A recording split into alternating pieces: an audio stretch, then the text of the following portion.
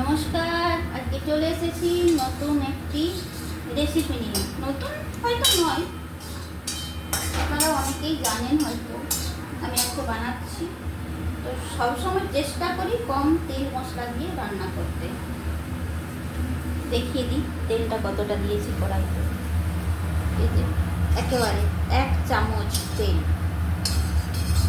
এখানে আলু এবং কচু ডুমো ডুমো করে কেটে ভেজে নিয়েছি আগে, প্রেসার কুকারে সেদ্ধ হচ্ছে।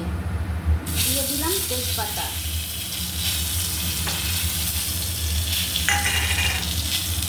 আর দিচ্ছি এখানে আছে গোটা জিরে এবং জোয়ান ফোড়ন দিচ্ছি।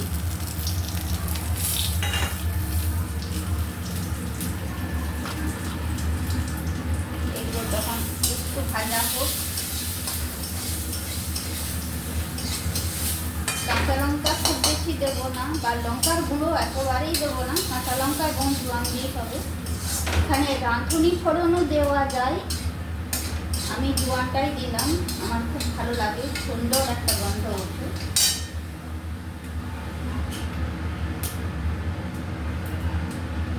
কাঁচা লঙ্কা 4টে দিলাম। ঢাকা থাক, সুন্দর একটা গন্ধ হবে, সেটা এখানে থাকবে। একজন বন্ধু আমাকে, বন্ধু বলতে একজন ভিউয়ার্স, আমার হাতটা সম্ভবত লক্ষ্য করেছিল, যে জানতে চেয়েছিল আমি শাঁখা পরি না কেন। শাঁখা আসলে আমরা শাঁখা পরতে নেই, বিয়ের সময়ও শাঁখা মানে শাঁখ বাজানো হয় না, সেই জন্য শাঁখা পরি না, শাঁখাটাই নেই।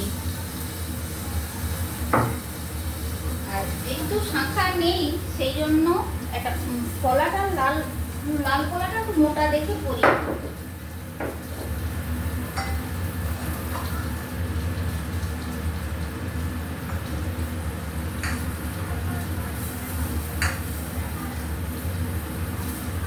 হয়ে গেছে আমার এইখানটা, আশা করি হয়ে গেছে।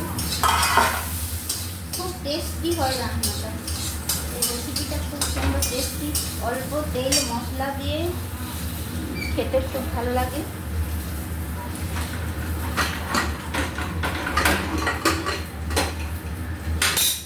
একটা সুন্দর গন্ধ হচ্ছে, গোটা জিরে দিয়েছে, কাঁচা লঙ্কাটা ঢাকা দিয়ে দিলাম এই জন্যে, কাঁচা লঙ্কার একটা যে হালকা সুন্দর সেন্ট ওঠে, সেটা এখানে ঢাকা দিয়ে দিলাম।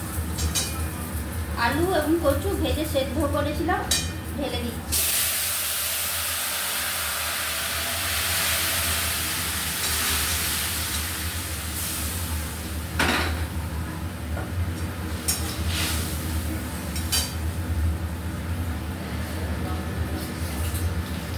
আর দেবো একটু হলুদ, হলুদটা দেওয়াই হয়নি, হলুদটা যখন জলটা ফোটে তখন একটু ফুটে যাক। এটা খুব ঝোল হবে না, খুব বেশি ঝোল করব না, খুব তাড়াতাড়ি রান্না হয়ে যায়, 5 মিনিট হয়তো সময় লাগে, ভাতের সঙ্গে খেতে খুব সুন্দর লাগে।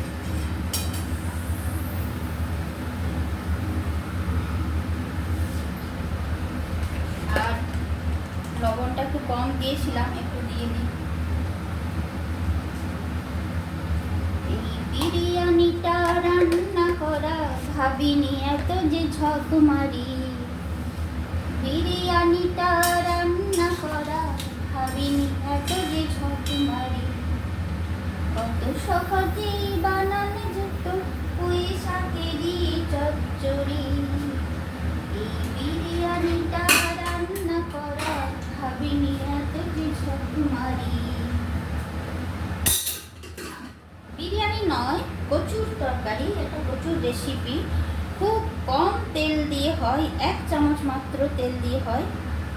এটা হয়ে এসেছে, একটু ফুটে গেলে, হলুদটা দেওয়া আছে তো একটু সামান্য ফুটে যাক।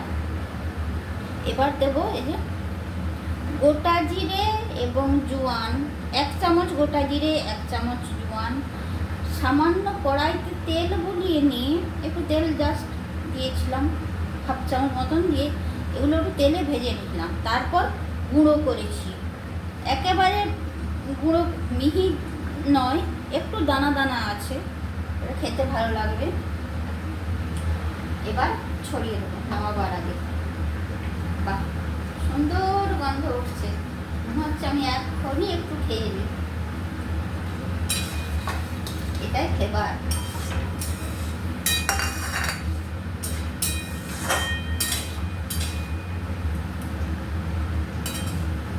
আহা,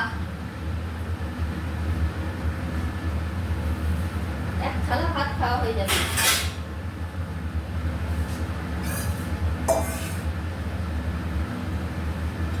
তো হয়ে গেছে বন্ধুরা, কেমন লাগলো আপনারা নিজেরা বাড়িতে বানাবেন, দিয়ে তারপর বলবেন খেতে কেমন হয়েছে। ভাতের সঙ্গে খেতে খুব ভালো লাগবে। দেখলেন তো পুরো রান্নাটা আমি কিন্তু কাটি না, না কেটেই একবার সরাসরি দেখিয়ে দিলাম, বেশি সময় লাগে না। এরপরে আবার আসবো একদিন কোনো একটি নতুন রেসিপি নিয়ে। আজকে টাটা।